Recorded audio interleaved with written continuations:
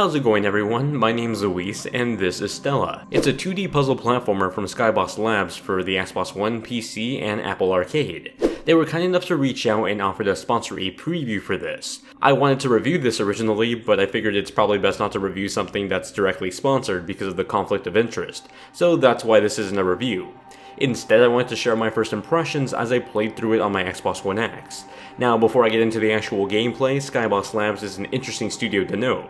Judging on Stela's visuals alone, you probably wouldn't have guessed that Skybox Labs is also responsible for Minecraft on Nintendo Switch and are currently co-developing Halo Infinite with 343.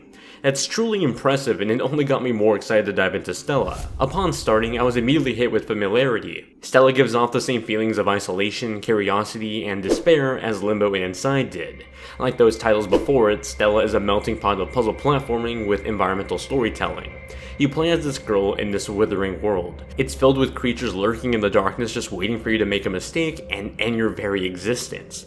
It's this lurking fear that kept me on my toes as I made my way through Stela's evolving puzzles.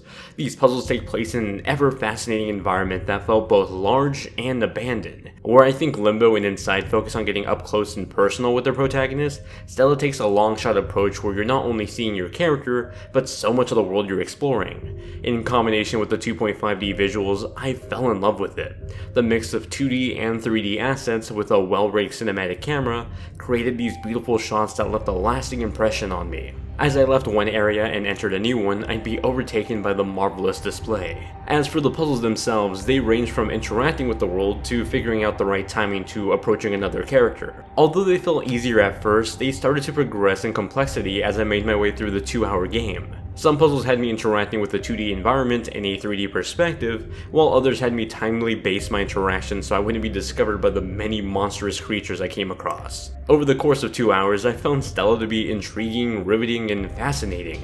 Like other games in this genre, it got me to question the actual story or message it was trying to tell. Admittedly, I still don't think I got it. Where Limbo and Inside felt easier to grasp, Stela feels like it asks more of the player when it comes to understanding the narrative. Regardless, I had a fun time playing through Stela. For a 2-hour game, I thought it was a fun way to spend a weekend afternoon. Its story is admittedly complex and a bit jarring to understand, but it delivers some entertaining puzzle platforming presented in a stunning way that only got me more excited to see Skybox Labs spread their developer wings in Halo Infinite.